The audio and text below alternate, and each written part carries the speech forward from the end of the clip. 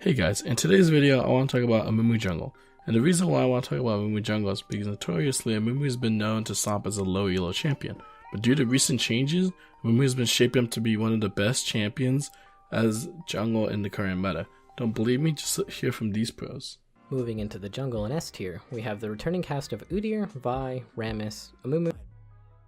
The jungle tier list has been completely changed for patch 9.9 due to the Scuttle Crab changes happening. One that is a lot better in this patch that really actually drastically shot up was Amumu. Just look at these stats on U.GG. He's literally a top tier jungler with the highest win rate and is ranked as the best jungler in this patch. Since Amumu is fairly a simple champion, we'll start with the abilities this time around since most of the complexity for Amumu is in his rune and build setup. We'll start with Amumu's passive Cursed Touch. Amumu's passive Cursed Touch allows Amumu's next basic attacks to apply this debuff of Cursed, indicated by the circle around the enemy.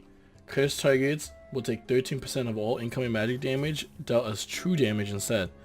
This is really useful as in if you have any sort of mages on your team like a Nivea, Rise, Malzahar, they'll just help their DPS by a landslide in teamfights to melt tanks or enemies. And likewise for AP assassins like Akali and Diana will be able to decimate foes. Amumu's first ability is Bandage Shots, a straight line skill shot that when casted does a straight line skill shot that hits the first enemy hit to stun them. Even minions too, so you have to be careful about who you hit it. Very basic, nothing more to it, it's just his bread and butter of how he ganks and gap closes. Amumu's W is Despair. This is a toggle ability that drains mana over time, dealing damage over time as well. This is his main jungle clear ability and DPS in fights. And remember that your passive Cursed also applies to any damage that you do. So 13% of this can be dealt as true damage, such as you can see indicated by those white 7s, which really helps Amumu do a lot more damage. And this also reapplies the Cursed effect on the target, so you don't even have to auto them once it's already applied. Amumu's E ability is called Tantrum. This Tantrum has this active ability that does damage around himself for a small percent of his AP. And has a passive effect that when taking any damage, he reduces all incoming auto attack damage by 2, 4, 6, 8, and 10 per level respectively. And the second part to that passive is when being attacked, he gets this cooldown for his E reduced by 1 second. This is really nice for skirmishing and team fighting, as if people will hit you, you'll be able to spam your E ability. Amumu's ultimate is Curse of the Sad Mummy. Upon activation, a giant circle around Amumu comes out and roots and damages all nearby enemies and applying Curse. This is why Amumu is considered such a good low elo champion and such a good team fight monster as you go into the team and everybody's rooted and everybody has Curse on them for your team to just go in on them. Now that we've wrapped up the basics of how to play Amumu, we can go into the rune setup. So this first rune page I'll show you is the basic Amumu that you could find on pretty much any stat website like champion.gg, u.gg, or op.gg, where you just take Aftershock, Font of Life, Second Wind, Overgrowth, Second Tree, Precision, Triumph, and Legend Alacrity. Now, there's nothing wrong with this page as it's very basic and easy to play. I just think you could get a little bit more out of Amumu with some other more unique pages that I'm here to show you with, such as my personal favorite for the tank spin, which is still relatively the same, with Aftershock, as you can see here, but instead I opt for Demolish, Bone Plating, and Unflinching. The reason why I opt for this is because Amumu already is tanky enough. If you die, those other runes aren't going to save you. These runes will cover up the weaknesses of Amumu, such as Amumu has no way to pressure towers. You could do that now with Demolish after it's got its buff now, and after successful linking, you can pressure the tower a little bit more. Bone Plating to help you all in. Unflinching to make sure you're not CC'd as long, so you can keep your tantrum spam going. And here's the most interesting part. I take inspiration with Biscuits and Approach Velocity. The reason why I take these two runes over like Precision per se is Biscuits are very useful as Amumu's main weakness is his early dueling, like levels 1 through 6 when he gets invaded. This is so troubling for Amumu as if he gets low on health and doesn't have blue, then he won't be able to get good jungle and he'll fall very far behind. With Biscuits, you can cover up that weakness pretty well while running away. I also take Approach Velocity because of the fact that one of the core items on Amumu is Rylai's Crystal Scepter. Rylai applies their slow effect for every time you tick them with either your E, your Q, or your ult, or even better, your W that's always on. So this will apply to constant slow. And approach velocity is nice so you get movement speed towards anyone who's slowed or CC'd. If someone flashes away from you now, not only will they be slowed by Rylai's, but you'll have the movement speed to help catch up to them. And it's just such a nice effect to have when there's so many people that have flash and gap closers in the meta. It really helps Amumu become a sticky force to deal with. I also want to show you guys 2 more other rune pages that also work but are very gimmicky but have seen great success. This first one's a more AP pool kind of despair related off tank rune page, where you take Summoner Area to give you extra damages, since your melee area will travel back and forth between you to proc often with your pool. Mana Band Flow for mana purposes, Absolute Focus, which works really well since you're a tank, Gathering Storm for late game scaling, Approach Velocity with the same interaction with Rylai's again, and Stopwatch for Zonias. Now this rune page is just more focused for if you just want to do a little bit more damage, because maybe your team already has like 2 extra tanks and you still pick them Amumu for the passive. I wouldn't recommend this page to any like new playing Amumu, but if you're someone who's a little bit more experienced and has a couple games under your belt, maybe give it a shot, see how you like it. It seems alright, especially paired with the right build. This last rune page I want to show you guys is also a little gimmicky, but this is the rune page most high elo like challenger and grandmaster players run if they do play Amumu, and it's more burst orientated with Electrocute, Sudden Impact, Eyeball, and Ultimate Hunter. The reason why they do this is like Electrocute, when you bandage toss, activate W and E, instantly procs it while they're still stunned, which gives them a really high burst and covers up the weakness of dueling early and invading, lets them moves be more aggressive.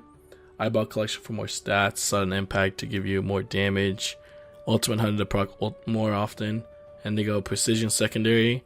They go for Presence of Mind to reduce ult just like Ultimate Hunter, as they know that's their big key component since they're full AP. They need their ult to one-shot.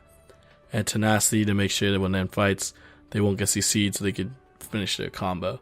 This is definitely geared to someone who's more about bursting and dueling and trying to go for that one-shot build. Likewise, I wouldn't recommend this to anyone that's new playing to Amumu, but if you want to have some fun or see how high elos play, then I'd say give this a shot after a couple games. Now we could talk about builds. So the first build we'll talk about is the basic stat website Amumu build. With every jungle Amumu, you always want to start Hunter's Talisman, not Machete. And this is because Hunter's Talisman will give you mana and HP back for using abilities, and this is just a no-brainer when picking up on Amumu jungle. The core basic Amumu build consists of the Blue Smite with Cinderhulk enchantment, Ninja Tabbies, and Abyssal Mask. Absolute core items on Amumu almost every game, unless you're trying to do some AP gimmick. The 4th item is usually Leandri's Torment, which is also great as it gives HP and AP and gives the HP % burn effect. But the problem I have with that is the fact that they're getting Rylai's after the Leandri's. I would say the Rylai's is more important than the Leandri's, as Rylai's gives more HP and gives the slow effect, and the slow effect amps the Leandri's damage. This is why I go for Rylai's before Leandri's on my build, but that is okay to go Leandri's first still. It still does really good for Amumu's. And after that, they usually try to look for tank items such as Stoneplate or Thunmail to wrap it up.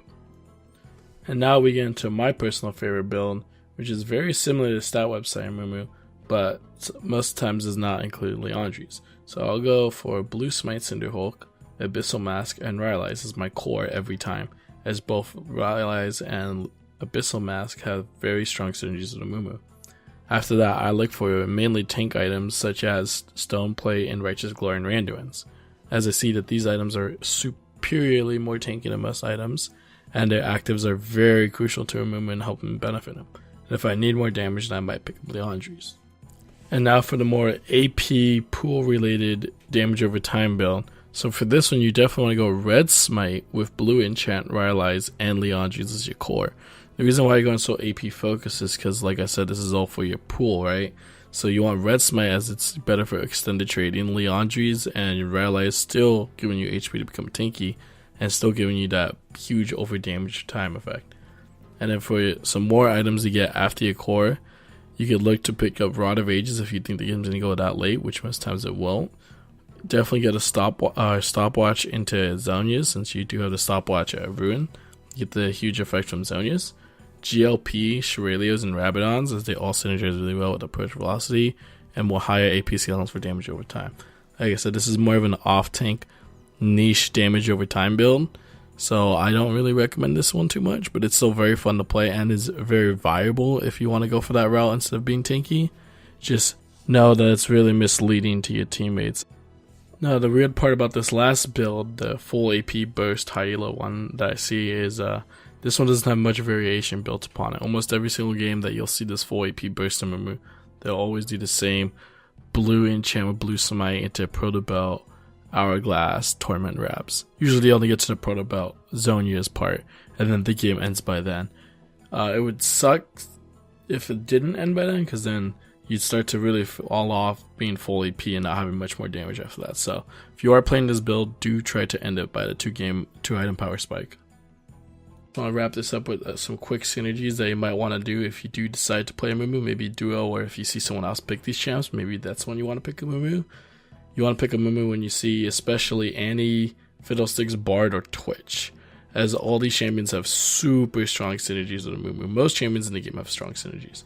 But with Annie and Amumu, you could instantly ult and then land all of Annie's burst from her ult and W and transfer to true damage. Likewise, with Fiddlesticks' E and ult, Bard could set up for you and also enhance the damage. And with a Twitch duo, you get really cheesy and make potential 2v5s. That just about does it for the video. Make sure you guys like, subscribe, and comment any questions or suggestions you have down below. I'll make sure to read them all and respond.